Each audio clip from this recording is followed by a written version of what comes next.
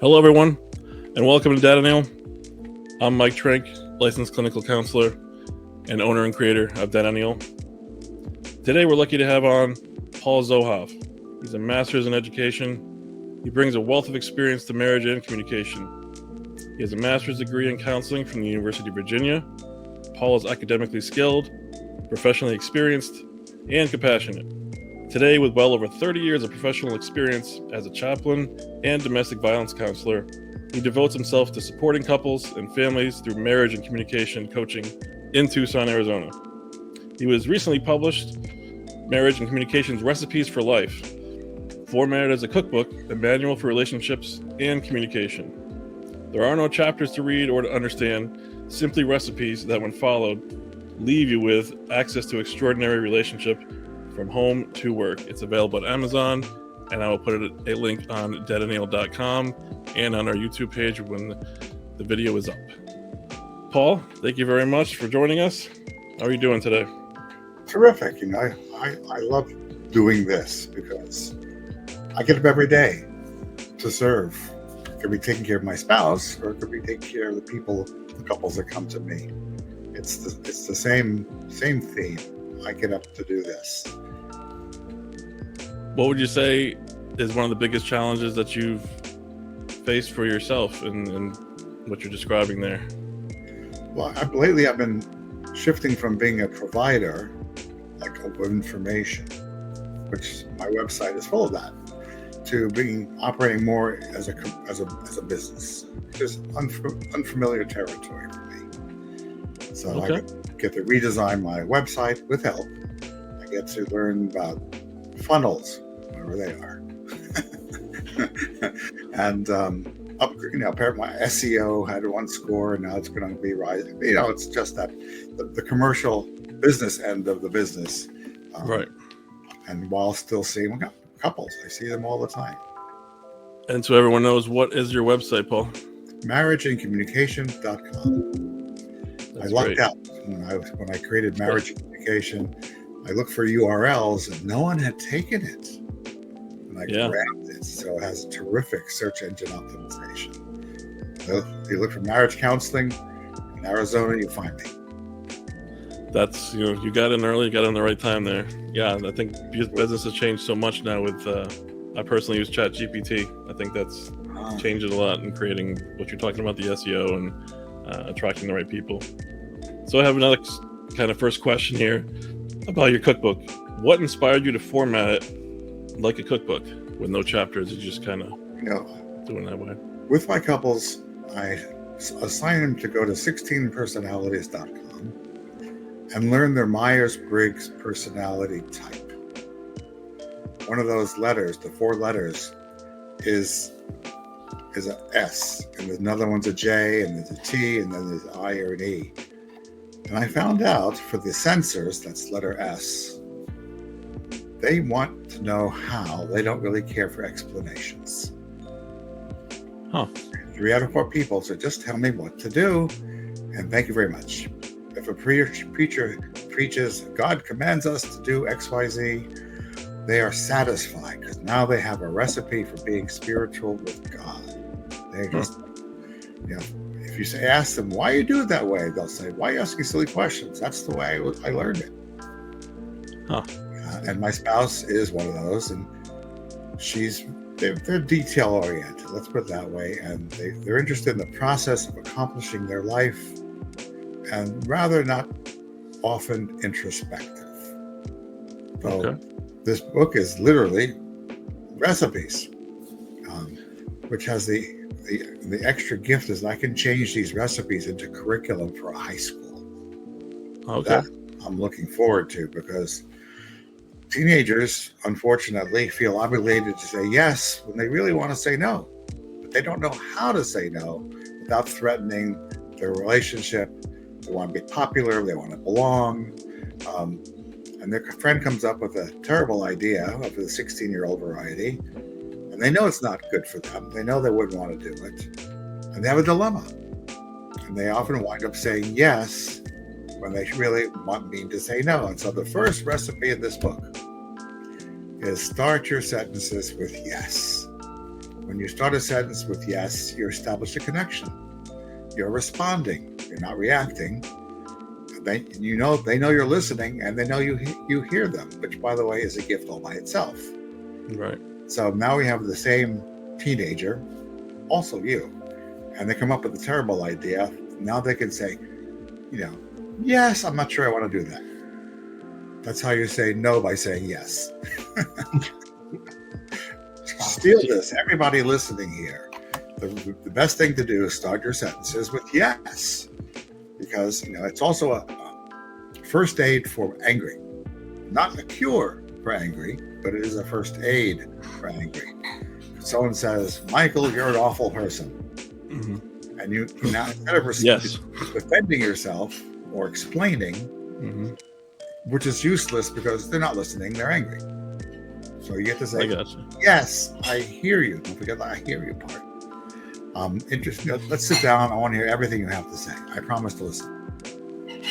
That is a key of communication and listening, of course. Yeah.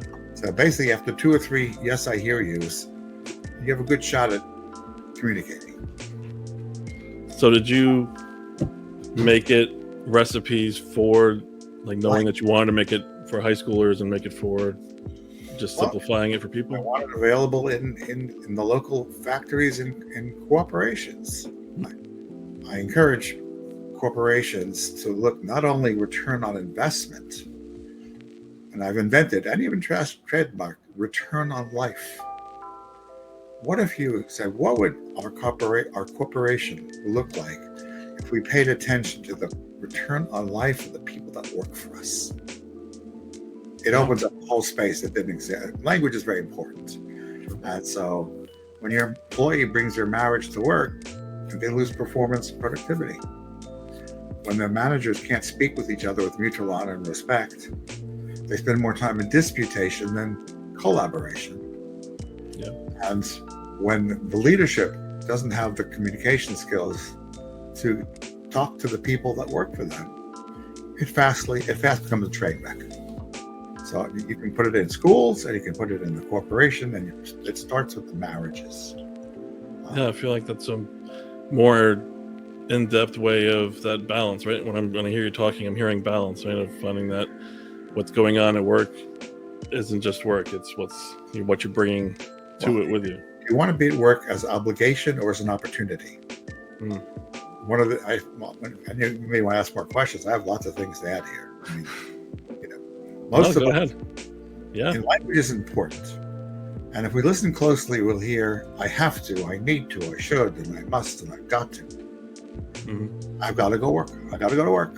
I need to go shopping. We need to leave soon.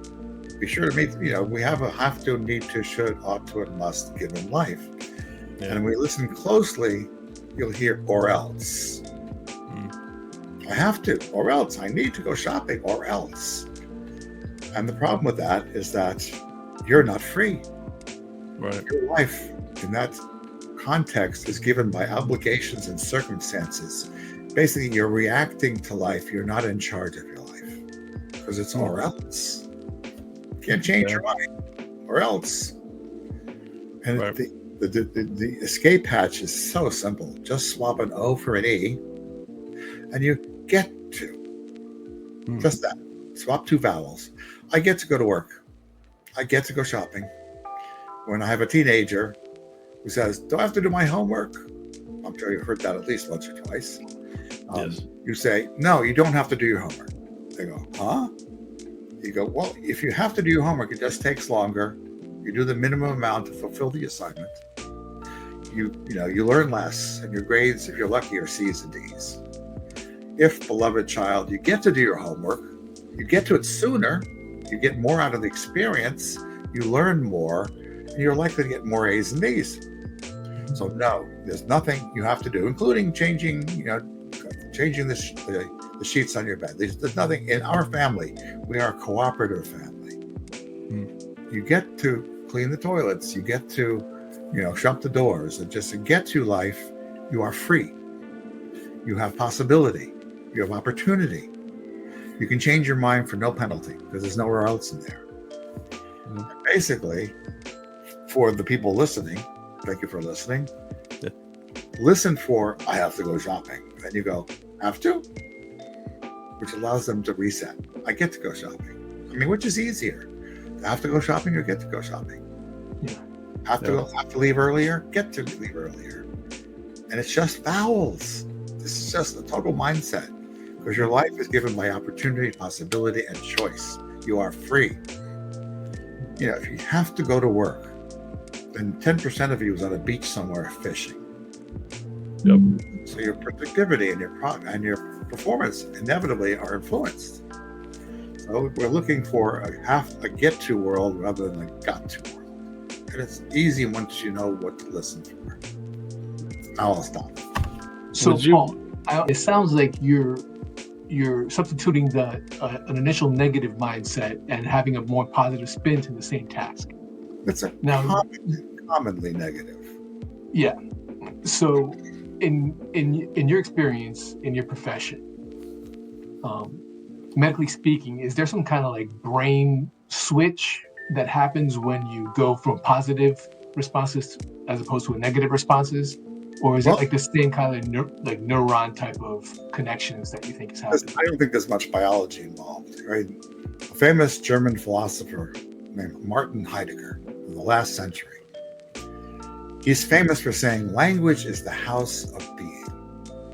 Language is the house of being. The words we use literally determine, frame the quality of our being alive. And in that, when I work with couples in the area of apologies, for instance, I say, well, you could be sorry, which is about you. Or you could apologize, which is about us. You could be ashamed, or you could be responsible. You could be guilty, blame me, it's my fault, or you can be accountable. And depending on what, you could try or you can intend. Please don't teach your children to try. It is a completely dead-end life because it doesn't lead to action. Right. I tried. All right. So we want to teach our children and ourselves to live in a world where we're accountable, responsible, intentional, we plan, and we anticipate. Well, that's a classic Star Wars lesson. I think anybody who's seen the Star Wars Empire Strikes Back knows that lesson about trying. Do or don't do. There is no try, says Yoda. And so this is the world. And, so I don't think this, other than what the biology of our brains, when you live a world of I'm responsible, you've got something to do. If you live a world of I'm ashamed, blame me, it's my fault, you don't have anything to do. You can remember 20 years from now, you can remember the incident and you'll be ashamed and blamed all over again. It's a life sentence. That house of being is full of life sentences, and they're awful when you just say responsible.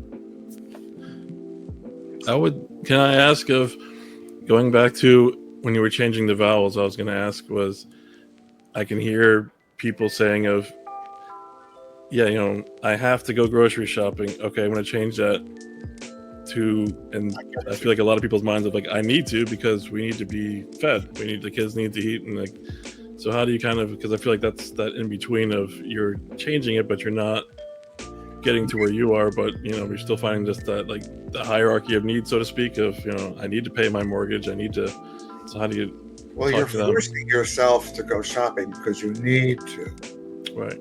You're not really free when you can just as easily say, I get to go shopping. End of story. Beginning of life.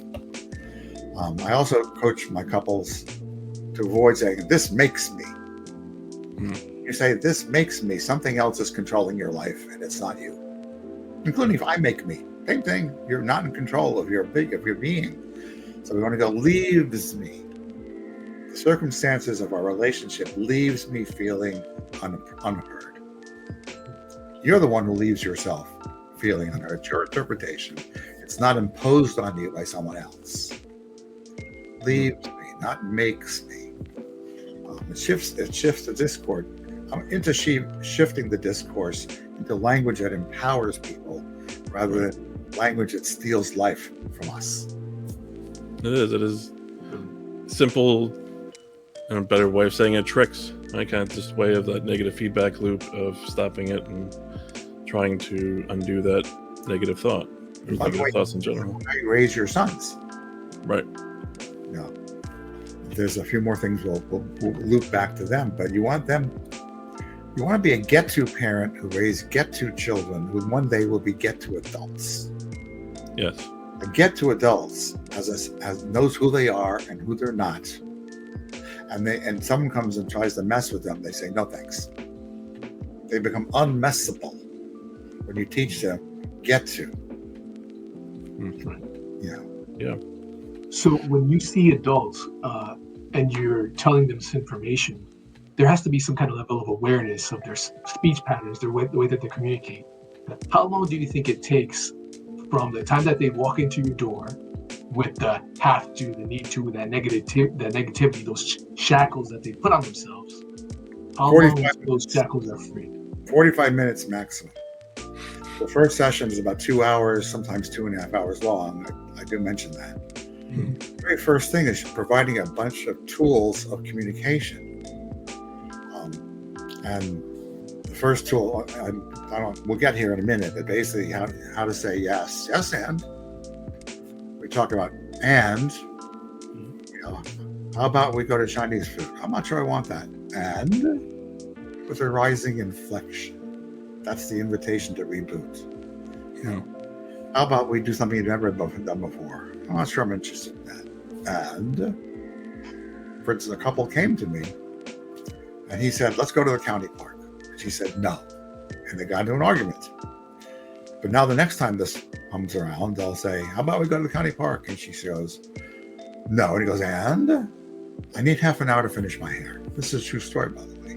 Mm-hmm. He says, how about we go to the county park? And she goes, yes, I want to go. I need a half an hour more to finish my hair, and I'm ready to go. With the yes and an and, they get to the park. And it's not much of a stretch. Without it, they come to me. 3-letter words, Y-E-S-A-N-D. I really love ands, but and connects. It does. Yeah, sounds great. Peanut butter and jelly, brothers and sisters, dogs and cats, or thoughts. Gold is a good color, and so is blue. But really, and connects. I feel like that ties into just when you're saying that and thinking of my kids at their young age of extrapolating things out. It's probably not going to work very well. So I always use actions and reactions, right? Every action has a reaction. So trying to teach them what you do. And the 6-year-old only has a 6,000 word vocabulary. They can't even make up a story to answer your questions. They don't get abstract thinking to about 6th grade. Right. That's why they do math, which is concrete. Right. And someday they can do algebra, which is far highly abstract. So be careful when Mr. Rogers, name the article. Mr. Rogers had a simple set of rules for talking to children. That's the name of the article. I forget the author, but it's called Mr. Rogers had a simple set of speaking to children. Please get that article and read it. It's like gold because no one talks to children better than Mr. Rogers. You have yes and then the third one in the first half hour is being responsible. That when people speak, the other person, it sounds like the truth. Sounds like the truth. It might be an opinion, a thought, or a feeling. But whose truth is truer? Whose reality is most real? Who's right and who's wrong? Automatically, it's a mechanism. We seek to validate what we're hearing from each other. Good, bad, right, wrong, agree or disagree. And if what I say to you doesn't match what you believe, intend, or expecting me to say, we'll stop listening, we'll stop communicating, and we'll start arguing about whose truth is true or whose reality is most real and who's right and who's wrong. And that's why we need the word seems. Seems to me we bring up the past again and again. Seems to me we've never stopped arguing about this. Seems will get you a yes and let's talk about it. Where truth will give you a no, a but, and an argument. Yes and it seems. The first 3 ingredients, and then I go to get to and got to. That's the next piece. Okay. We get to. Couples come to me because they have to. They come back because they get to. That might work, right? Yeah. And that's all in the first 45 minutes. Themes, most important word of the sentence. It indicates that it's an interpretation, not the truth. And we can discuss about interpretations and rather get hung up on truths. Mine, yours, who knows? Yeah. It's a lot of powerful information in 45 minutes. That's fantastic. I was curious, and we're talking about the recipes and we're talking everything that you're incorporating here about this. And is there, in your book, is there like a quote unquote favorite recipe or something that you really hit home or something that you really enjoyed writing? Mind. Because we want to avoid always, every, never, and only. This is declarative language. When you say, I always, you always, teenagers always, then you'll lose listening. They'll start good, bad, right, wrong, or disagree. They'll try to validate in their mind what you said with always, every, never, and only. So you lose listening. And we want the most listening available, so we have more communication opportunities. So the recipe there is like one line long. Use the word tends to. Instead of like I always, you always, you say we tend to. And you've left a whole lot more listening available. Tend to. You don't argue about tends to. This is a tend to. Yeah. It seems to me one of us tends to. I've become aware of the I tend to. It seems to me that going forth, we might want to tend to or tend not to. It goes both ways. So tend to is the first thing comes to mind when I hear your question. Tends to. We avoid the distraction minefield of we lose listening. Tends to. Nothing to argue about. It's a tends to. Yeah. There are 16 recipes in the book, plus an intermission where we talk about personalities and love languages. Maybe in this hour we'll get to that. It's one of my favorite topics. Yeah, no, that's we can continue. I think love languages, and is it the personality test you're talking about, or is there something else that you're referring to? Personalities.com. Go to 16 and anybody over the age of 15, I would say, can do that and learn. If we're in that section, there are people who live their life cognitively, intellectually, and logically, like Sheldon in Big Bang Theory. Mm-hmm. Or if you remember Professor Higgins in My Fair Lady, which people younger than me don't really remember, but I remember. He's a thinker, and his approach to living is like analyze, figure it out, come up with a solution, make a plan, fulfill the plan. You might notice that there's not much priority to his own feelings. They're not necessary to organize, to analyze, and figure it out. Leonard, in Big Bang Theory, is a feeler. Leonard's mother, psychiatrist, not a feeler. So when you among other things, when you go to 16personalities.com, you'll learn that you may be married to a person who processes their life with their emotions first. Later on, may have some clear space to think about it. And it's often the thinker, letter T, marries a feeler, and they find sometimes they fall into the pitfall of arguing their feeler spouse out of feeling. I didn't mean it that way. Why are you so upset? It's a yes or no question. Yes or no. Why are we spending so much time on this? An ignorant thinker might say, but it leaves your feeler spouse feeling, you don't care about me or my feelings. That's just one of the things you can learn after taking and writing down your love. There are 4 letters, and there's percentages involved, and you'll get a whole new way of. Well, you won't take things personally because they're a thinker. That's the way they do life.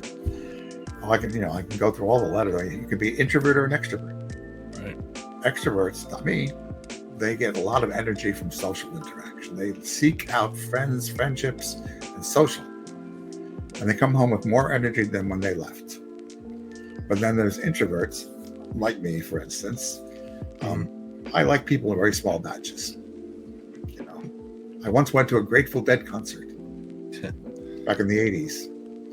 And it was so loud and so bright and so crowded in that gym. It was physically hurtful. So I learned that as an introvert, I get to be aware of and monitor my stress level. And if I have to leave the room to get a breath, I will. It's just because that particular couple, he was a 99% extrovert and he sings in a rock band. Makes perfect sense. Someone was a 99% introvert, and she has cat, garden, internet, books, music, Zoom. And in this case, it was a she could completely entertain herself all day long at home. I'm kind of like that, actually. Sometimes I have to make myself get out. Otherwise, I'd probably be. My auto insurance is really cheap because I don't drive many miles. I mean, when I was a hospice chaplain, I used to travel a lot. But just like introvert, extrovert. And it's not a barrier. I mean, one more story. Yeah. 24-year-old couple. She was very extroverted. He was very introverted, and she wanted to come visit all my friends. I want to show you off to all my friends. He's going, But now they have a solution. 2 cars. She goes, hangs out with her friends for an hour. He shows up for about an hour and goes home. Once you know who you're married to, you can create a life that works. And then I have lots of stuff to say, but we something have a question. We'll come around to it. Yeah. Well, even follow up to that. Do you feel the pressures of societal norms and marriage norms play into that? Like I'm hearing that example you just used. That's a great example of something that, right, when you just think about it and you realize of who you are to do that. But I feel like so many couples or people just kind of get trapped of, well, we can't take 2 cars because that would look weird of us showing up with 2 cars. I think something was wrong with our marriage, or I hear those people in. So your answer is yes, I hear you, and it works well for us. Next metaphor. I love metaphors. Consider that your marriage is a bubble. It could be your team at work, still a bubble, which allows you to distinguish what your boundaries are. Because people use the word boundaries, and I'm not confident they really know what they're talking about, except that I'm upset. You see a bubble, we're inside, anything else is outside, and we get to choose what goes through. One of your well-meaning in-laws says, I have a great idea for your marriage. Being helpful, or maybe not. It doesn't matter. Depends on the in-law. You say, yes, and I hear you. Remember, yes, and I hear you. First sentence. Thank you for sharing. I will bring it up with my spouse. But for now, let's change the subject. Yeah. And you may or may not discuss it with your partner, but when you have a bubble, you can ask the question, does what I'm about to do or say belong in the bubble or not? If not, don't do it. If yes, with the agreement of your partner, we allow it in. And if you're not sure, you get into communication to work it out together with your partner to see whether it belongs with us or not. Bubbles are useful. Of course, your children are in the bubble. They have their own little bubbles. It's our privilege as a parent to guide them as they develop their bubbles.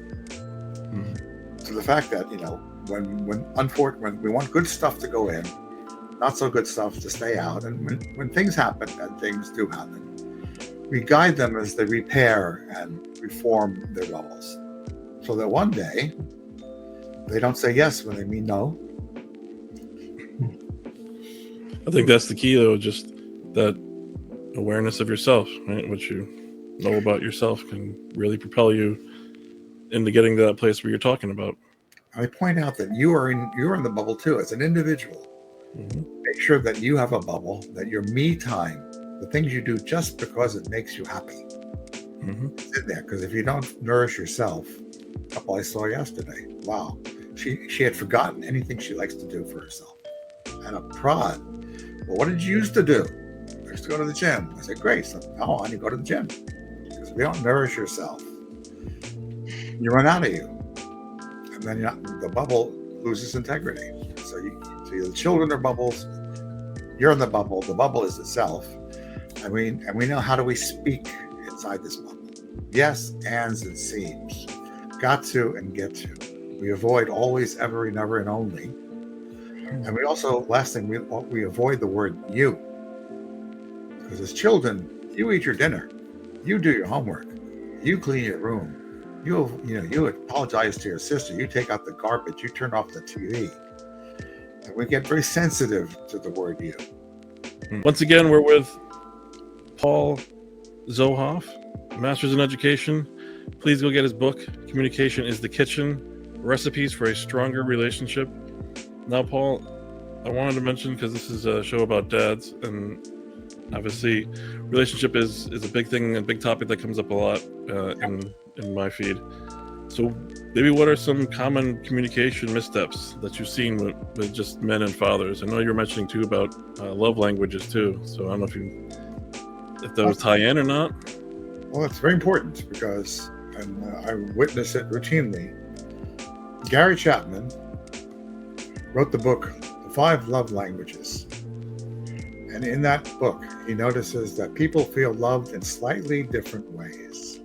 Gifts, quality time, acts of service, words of affirmation, physical touch. And we all have all 5 love languages, but the order of significance can vary enormously. Mm-hmm. For example, my spouse is acts of service. She shows love and she receives love by acts of service. And I know that.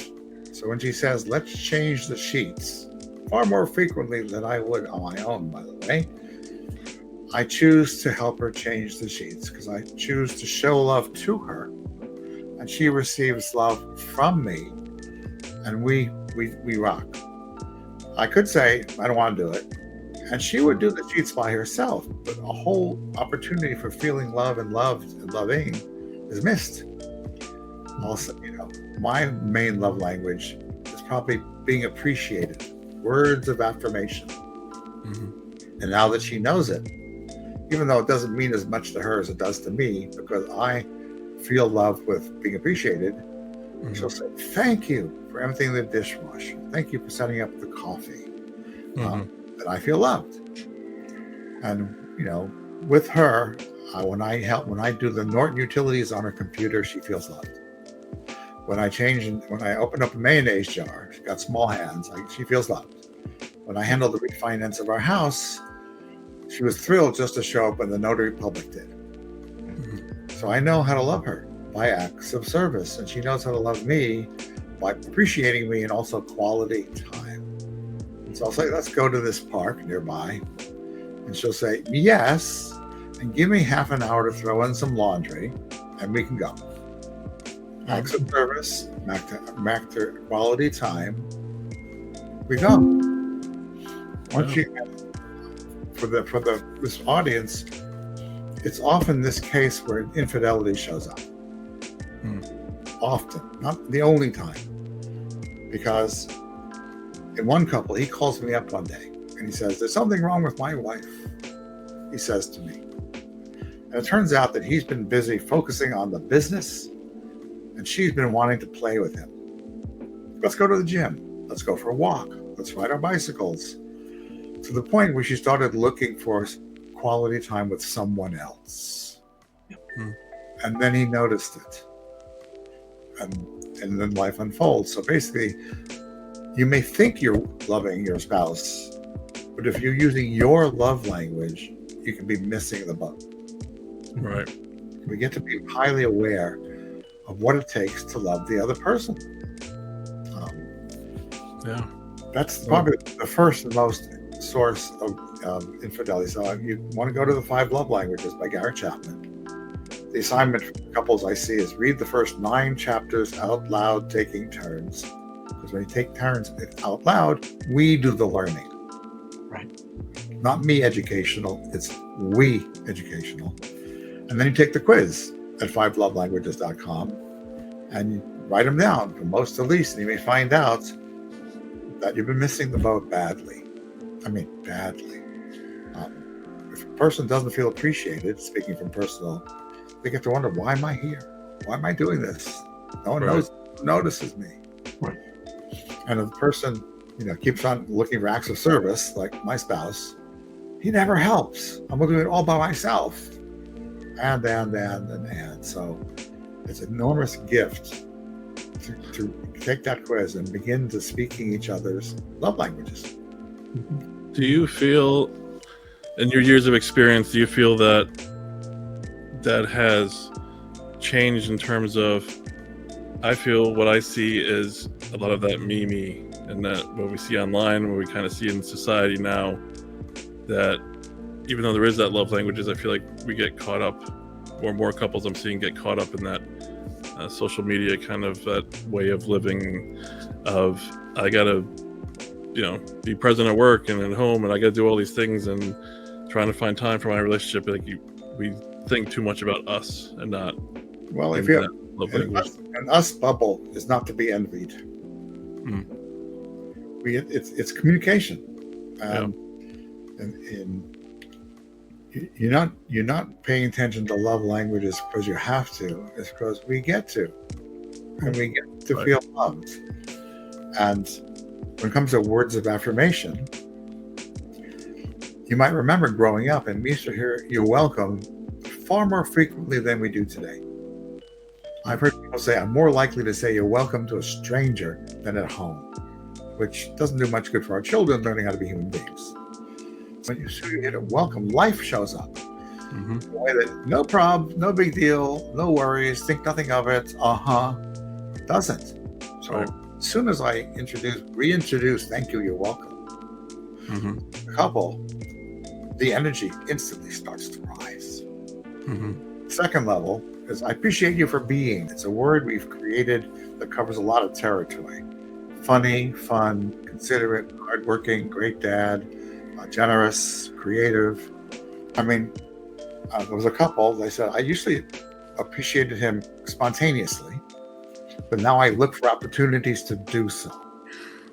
And that has made all the difference. And by the way, with your children, your two boys, make sure to appreciate them. When you appreciate somebody, they feel good about themselves. And they feel good about you for noticing. I was a hospital chaplain. I would notice the people with the gurneys and the mops and the carts who generally live kind of invisibly. Right.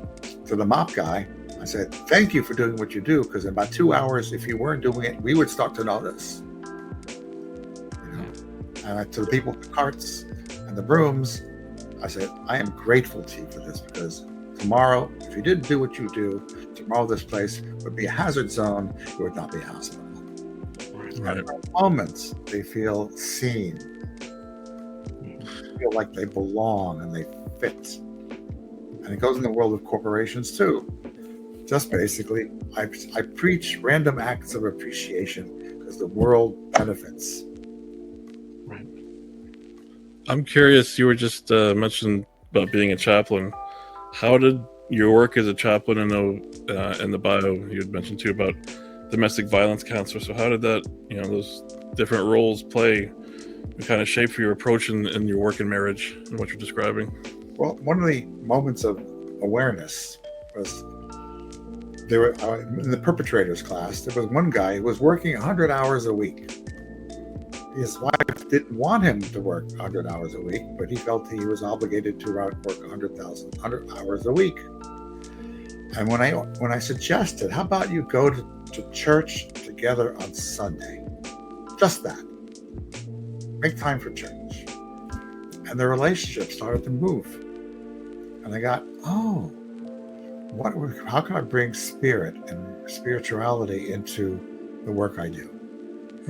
And then I realized I have work to do. I had been left my roots more or less behind. And so I began to pursue my own awareness in the world. I became a hospital chaplain in Charlottesville, Virginia. Then I got to professional level, and I was a chaplain at a psych hospital in Harrisburg, Pennsylvania, and I became a chaplain, which I miss not being a chaplain.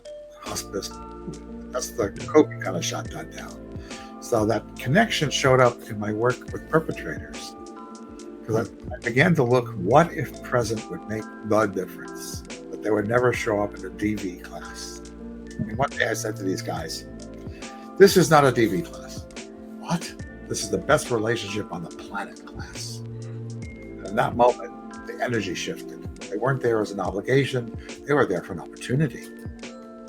And And over the years, I was a domestic violence counselor about 35 years ago. Wow. And then you keep on growing development. You never stop learning till there's dirt in your face. So that was the connection. I realized, what got him out of his 100-hour week was going to church. Worked. Yep. So Paul, can I ask, how old were you when you got that calling to be a chaplain? I'm 75 now, so we're talking about 35 years ago. Okay. Yeah. Which midlife crisis happens. What they labeled midlife life is really a growth and development stage. Mm-hmm. It's rather mislabeled, but when I was about that age, I began to do a different level of introspection. If you follow Erik Erikson's book, Childhood and Society, which some people have heard of, you can get the charts on the internet. There are stages of development. When you're 20, you're supposed to get out of your house of origin and get your first relationships and jobs and independence. When you're around 40, your task is to start generating for the future. You've got your job, you've got your marriage, you've got some kids, and you start paying attention to the broader society issues. And the latter stages of development is called ego integrity versus despair. Around my age, a bit younger. And your idea is to become whole and complete with your own life. Instead of seeing your life as a bunch of holes, pay attention to the donut of your life and become whole and complete before you're ready to complete your journey. In Childhood and Society, Erik Erikson, a lot of K's. Check it out. There's at every stage. When you're on 20, your answer is, can I love? Mm-hmm. There are things you remember the movie with McConaughey, failure to launch? You remember that movie? He's 30 years old, still living in his parents' house. And they hire Sarah Jessica Parker to coach him out. Yep. Because he had failed to launch. Get out on your own. He didn't do it. And it keeps on coming. It circles around and bites you on the butt until you fulfill your tasks at the age you are. So you guys are perfect. Have fun. And I feel if that next generation, the next chapter of working with families and with my own kids and the parenting aspect of it, when I'm thinking of this or how I'm hearing it too, is you're doing your work as a parent now so that you can have a good, healthy relationship as they're older. So you're not parenting later, right? That they have those skills to be able to launch, to be able to succeed and fail, and everything that life brings you. Some parents of the older variety, they get upset when their 23-year-old stops calling them. Right. At 23, your priority is not your parents. You're getting free of your parents.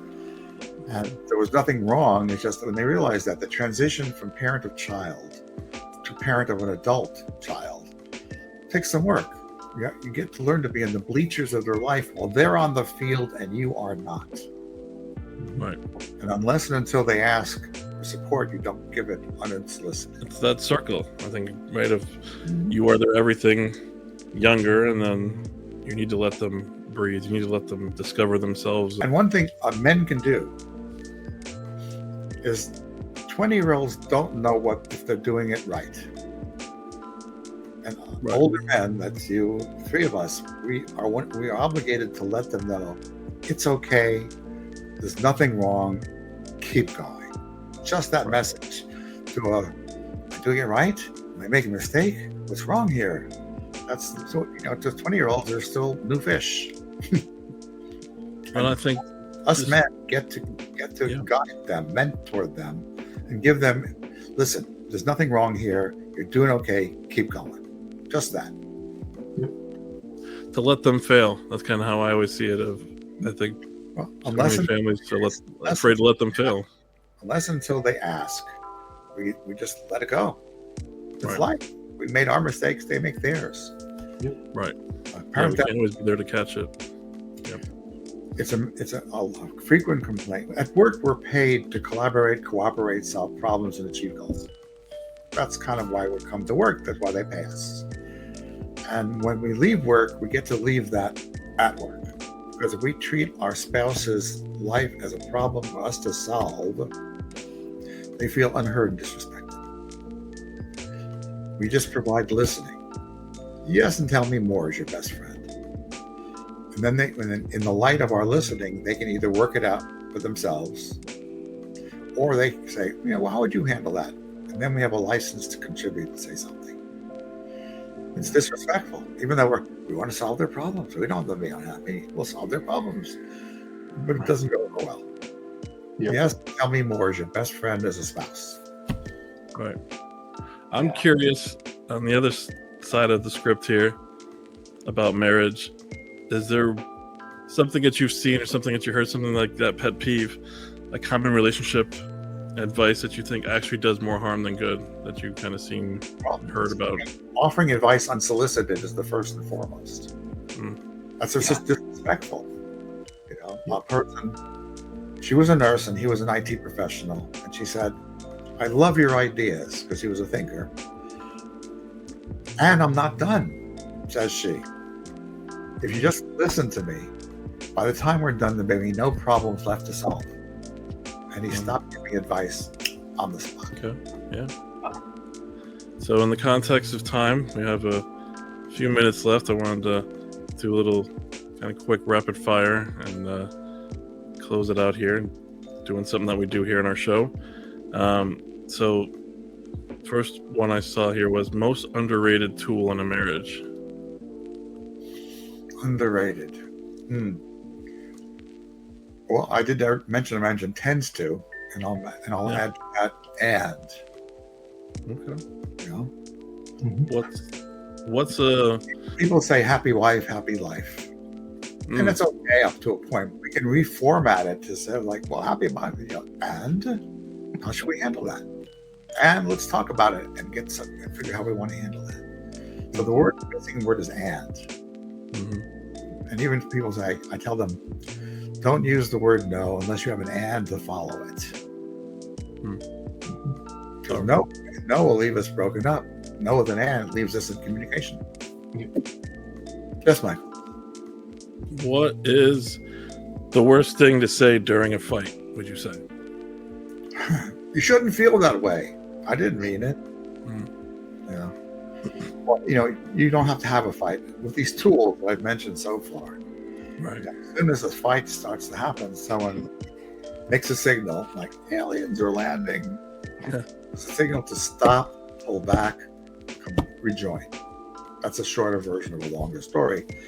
You don't have to argue. You don't have to be in dispute longer than it takes to say yes.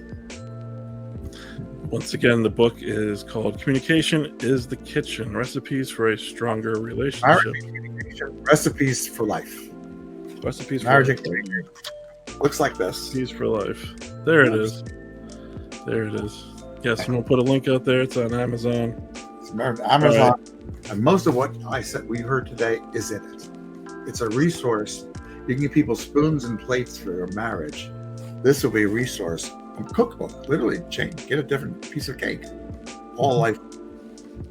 Speaking of cake, our last two questions are going to be food related because that's one of my favorite things. First one is, did you have a favorite food metaphor in the book?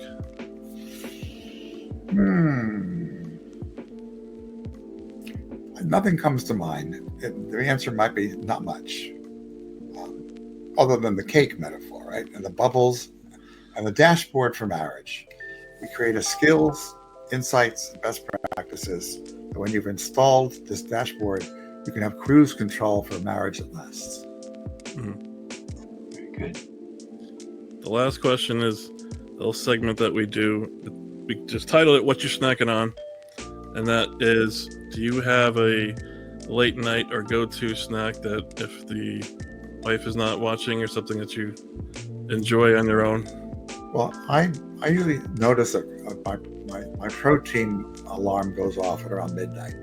I go to bed around 8, 9 o'clock. Okay. And the easiest, blueberries, strawberries, those little dull things of peaches. Yeah. Cottage cheese. With cottage cheese, a little bit of granola for crunch. I have that nearly every evening. Nice. You're the second one in interviews back to back that I've put the cottage cheese with the peaches or some kind of fruit. So that is a popular one for sure. Well, once again, you've recently published Marriage and Communication Recipes for Life. Paul Zohav, I appreciate you and thank you for your time for coming on the DADennial podcast. We appreciate it. And please be on the lookout. If it invites me, I will show up. I greatly appreciate you responding and thank you for your time. Have a good rest of your day. Appreciate it. Thanks for having me. Wow, that was a great interview with Paul Zohav. Once again, he has a book on Amazon called Marriage and Communication Recipes for Life. And the great thing about it is he was talking about trying to make it for anyone in work, as a high school student, in different parts of your life. That is formatted as a cookbook. It's a manual for relationships and communication, that there are no chapters. It's just to understand simply recipes that when followed, they leave you with access to extraordinary relationships from home to work. He was also mentioning about love languages, going to 16 Personalities website to find out who you are and kind of find that right match. He was also talking about Erickson. There was some great information of his years of experience, and I was very delighted and happy that he was able to come on and share all the knowledge that he has. So once again, Paul Zohav, thank you very much for your time, and have a good night.